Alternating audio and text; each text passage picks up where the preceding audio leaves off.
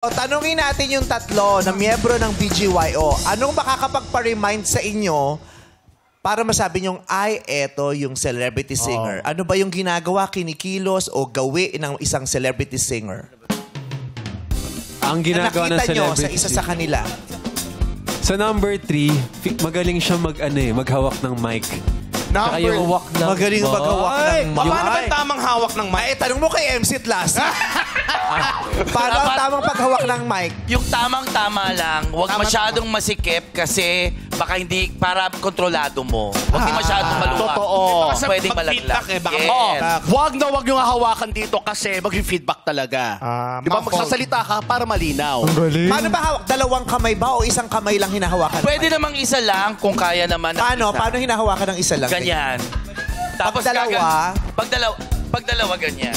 May iba rin kasi. Yung iba kasi yung hawak ganito lang eh. Rian! Hindi, maliit kasi yung mic. Yung headboard, di ba pag hinahawakan? Yun. Wireless kasi. Yung iba pag hawakan ganito. Ganyan. Yeah. Pero pag maliliit, ganun lang. Isa gumagano-ganon pa, di ba?